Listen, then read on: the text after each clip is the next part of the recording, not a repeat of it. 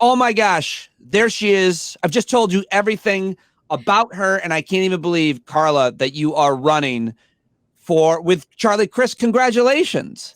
Thank you, my friend. It's awesome to be here, and of course, talk about all these exciting things or all these exciting things that are happening in the state of Florida. You've been so good to me. You've always encouraged me throughout the years to keep on fighting the good fight and connecting with community. And, this is not just an American dream, but an American reality that we're going to be able to do this now. I sure hope so. I sure hope so. There's so much at stake.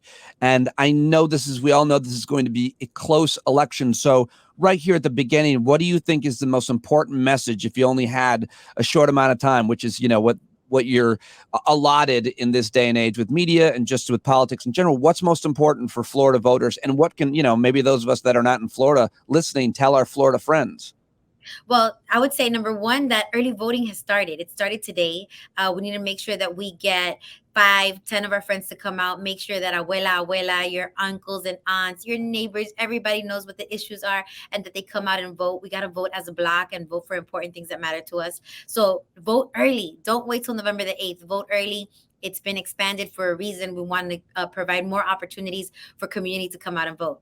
And then number two, I'd say that, watch the debate. I'm sure that we're going to see the Ron DeSantis that we all know, someone who's an extremist, someone who has a lot of MAGA-like mannerisms.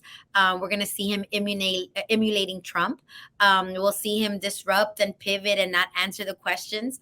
And that's what we've been seeing for the past 4 years. So, be engaged, be informed, and go out and vote. Will he be wearing those white boots is the big question. A lot of people. I think he will. I think he will. He knows that. I think it's like a staple outfit of choice for him. Makes him feel comfortable. Yeah. And it's okay. Listen, we're all about whatever makes people feel comfortable. So we Right. welcome Right. boots. See, there's that thoughtfulness, even for Ron DeSantis, that I know about you. And that's the thing that burns me up, Karla, because I know you personally and I know what you've done with your life and your career.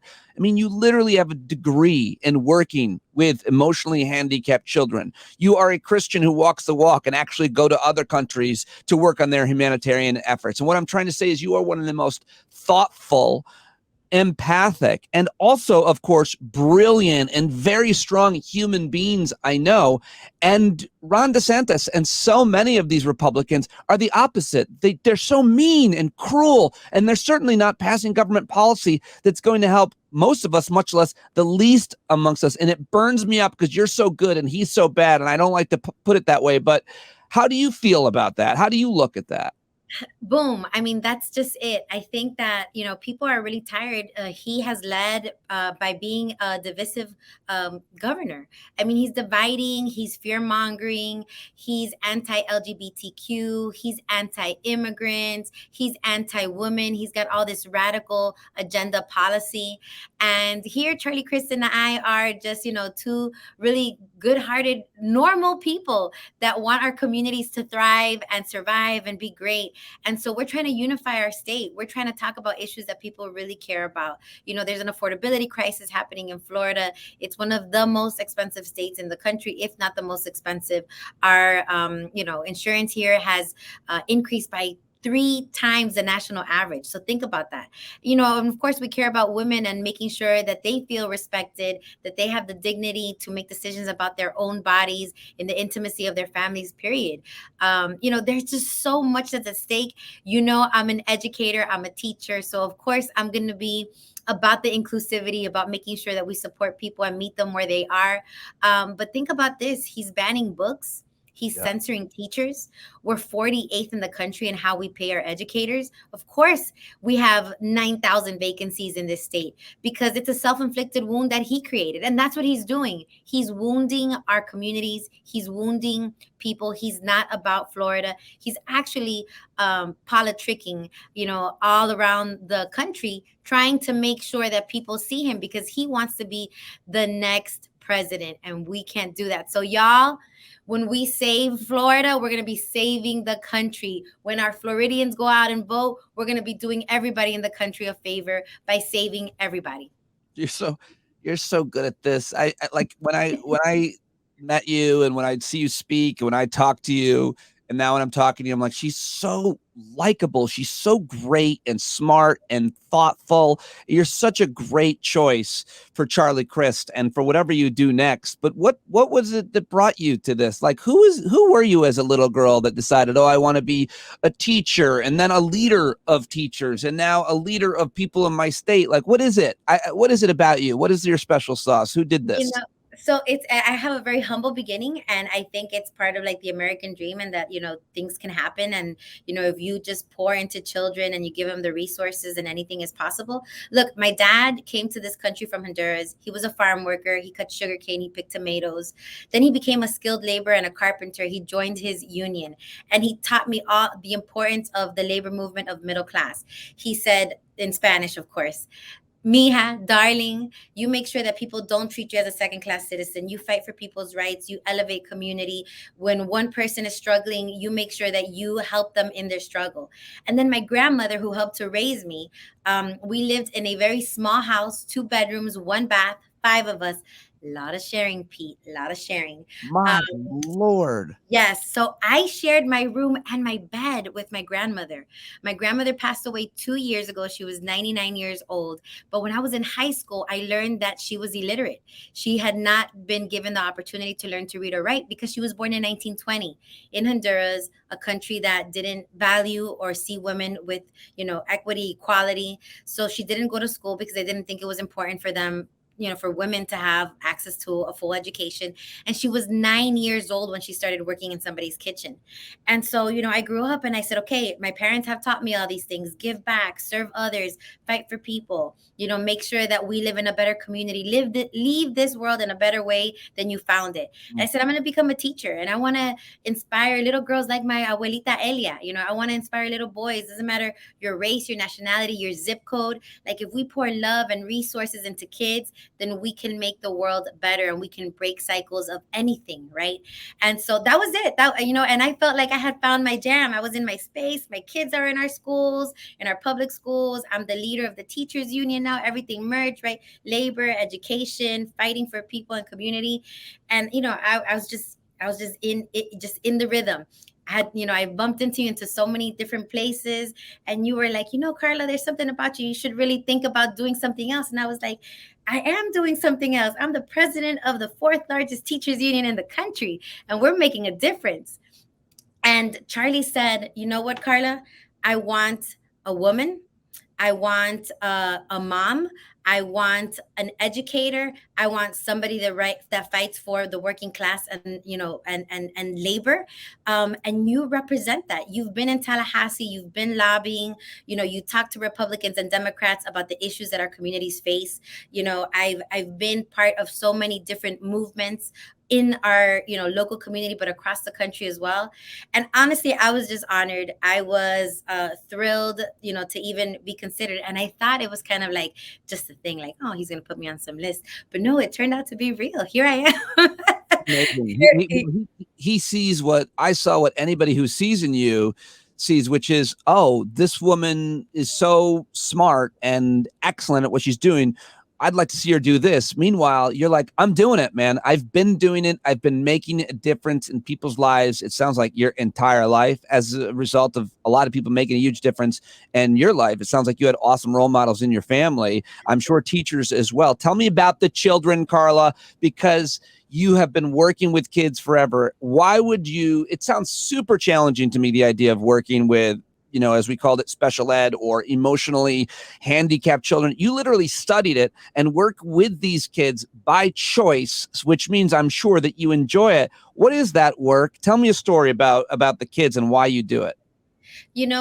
What's interesting about that particular career and specialty that I picked, when I was doing humanitarian work overseas, I was going to Honduras and visiting a lot of orphanages.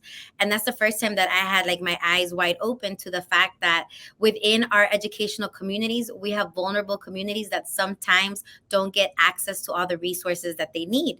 So I started to do research about it. And in here in the United States, even though we have IDEA and we have laws, and we encourage parents to get IEPs and do all these things, we know that a lot of times our teachers don't have the resources that they need, to service our most vulnerable populations, or our students with exceptional needs. And so I said, that's what I want to do. I want to advocate for parents. I want to advocate for children. I don't have anyone in my family with a special need, but I have a heart for people that are vulnerable, and of course that we can help along the way. And so that was my specialty.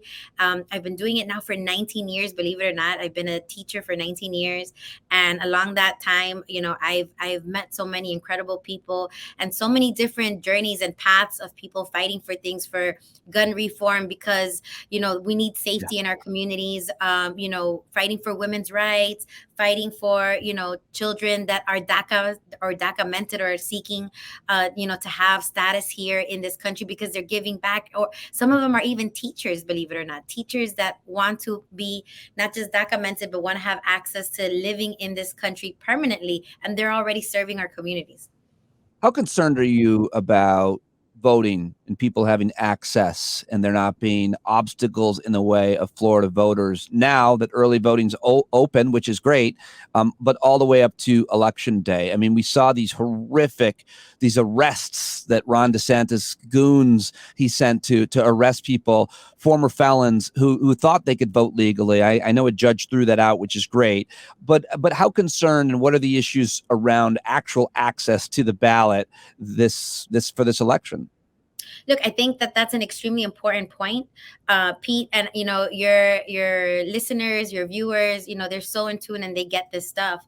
Look, we're seeing a person that acts like a wannabe dictator. Like everything that we know about authoritarian regimes is what he's exhibiting. He arrested these people right before the primaries because he's trying to suppress the vote, right? We saw what he did. He gerrymandered two African American by scaring people into not voting because you're going to get arrested. Yeah. Correct. And so that's the narrative that he wants out there. He wants communities to be scared. He wants communities to doubt if they have access, that they should go because they're going to get in trouble. He gerrymandered two African-American congressional districts out of their voting blocks, right? This is what he did because he's scared of minorities. He's scared of Black and brown communities. He's anti-woman. There's not even exceptions for rape or incest. There's two little girls that are middle schoolers that are victims of incest. Right now in Florida, they had to travel 2 to 3 states out of here away because they did not have access to reproductive health care. What kind of state does that? He bans books. Florida is number 2 in the country for the most banned books. He censors teachers. He wants us to rewrite history. He's so unpatriotic. He's so ashamed of his country that he doesn't want us to teach the truth. And we believe in teaching the good, the bad, and the ugly, right? Because we're truth tellers. And we want to teach with authenticity. So we want to make sure that everybody, our community, our kids, they know what has happened in the past so that we're better for it. We make the changes that are necessary and we have a better future. And so, all these things that we're seeing, he's restricting women's rights. He's arresting people. He removed 4 school board members from Broward County. These are duly elected board members. Again, this is what dictators do. He removed Attorney General out of Hillsborough. I mean, he is just out there doing whatever he wants to. We're going to hold him accountable. I hope that, that people that are able to watch the debate see how he pivots, how he doesn't answer the questions, how he avoids, talking about these things, because we are going to hold him accountable for all his radical anti-everything agenda. Anti-women, anti-freedoms, anti-people of Florida. But it's pretty awful what we're seeing. But I have hope, Pete. I really believe that when people see us, not only do they get energized, but people are tired of, the politics and the division. They want unifiers. And that's what Charlie, Chris, and I are doing. We're unifying the state. We're advocating for people. We want to make it better. So the plan is get out and vote. Make sure that your voice is heard. And I'll have all the information for early voting, where to vote, and the show notes for this, as well as in all social media for this. We'll use it for that. Last question, Karla, and I'm so excited to talk to you, and that you are on this ticket. But the top of the ticket is Charlie Crist. You mentioned the debate tonight. You've gotten to know him. What do you want to say about hopefully the future governor of Florida? Listen, Charlie Crist is amazing. First of all, he's already been the governor. He's been a congressman. He's been commissioner of education. He's checked all these boxes. He knows how to do this. He's going to do it, from day one. The impressive part about him is really his heart and how committed he is to community and to people. Again, he could have picked somebody with a lot more maybe political experience, right?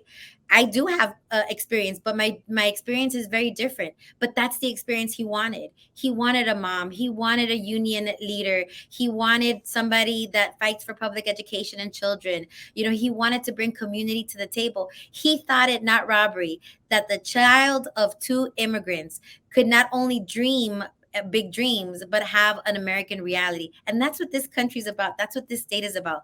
We are one of the most diverse states in the entire country. There's a lot on the ballot. There's a lot on the ticket. And Charlie Crist is a huge part of how we make Florida better, because we know that right now our state is very divided. We have a Republican-led state legislature through the Senate and the House. And so the only balance that we're going to bring to the state is going to be by having a Democratic governor, and that's Charlie Crist. So that's why it's so important. That's why we need to get him in office.